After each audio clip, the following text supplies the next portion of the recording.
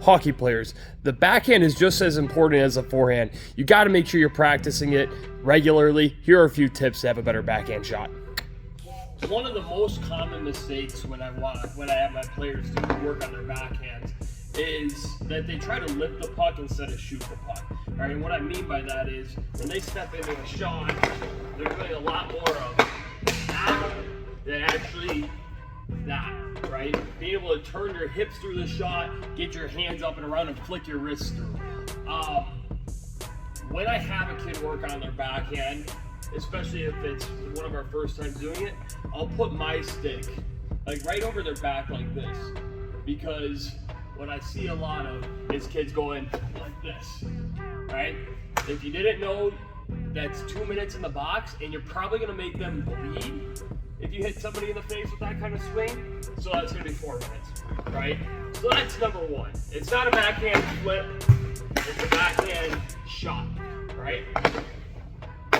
Now actually taking the backhand, I like to talk about it in two different ways. I coached with a guy who taught me this method, and then over the years I've gathered different information from different people and just my personal preference with the second method I'll show you. But what he told me was you kind of want to create a half crescent, right? So I'm kind of coming around the puck that way. Obviously, if I was taking a wrist shot, I don't want to swing my hands like that, right? But I'm also not going like this and back towards my body, but I'm getting my hands through and then rolling my wrists over. So if I do it, I'm starting with the puck on my back leg, I'm up and through. And that was a good, hard, flat backhand shot. The second way, probably the way I prefer, is, I don't even know what I'd call it, more of like a backhand snap, I guess.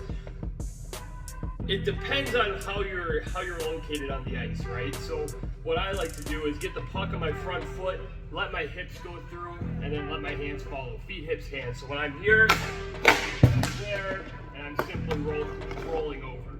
I do another one, I'm here, up and through, my body weight's transferring to the front. The last little piece of information is being able to shoot with your feet facing forward still, right? I can't always shoot a backhand shot like this. I can't stop, turn, and then shoot, right? So I have a drill that we like to do. I'm not gonna demonstrate the drill, but we do the drill, and then the puck ends up right about here, right? Now my torso is twisted. I'm able to uncork towards my target. Up and through. And again, it's just all of my torso. Look at my hands follow through. I end up, my feet are still out, and my hands go up and through. Right? Maybe slightly in front of my toe. With all that being said, backhand, backhand, backhand, you have to use it. There are two parts to your stick. So why don't we use both? Why don't we work on both? That's something with coaching. I never, ever see kids working on their backhand. I never see them trying to make backhand passes in practice.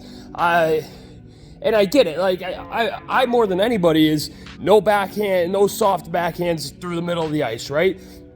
But if the pass is there, you got to be able to make it, right? And I think practicing a backhand shot is going to increase just your backhand confidence and your backhand passing ability and receiving ability. So something that I think isn't worked on enough, Sidney Crosby scores a lot of goals using his backhand.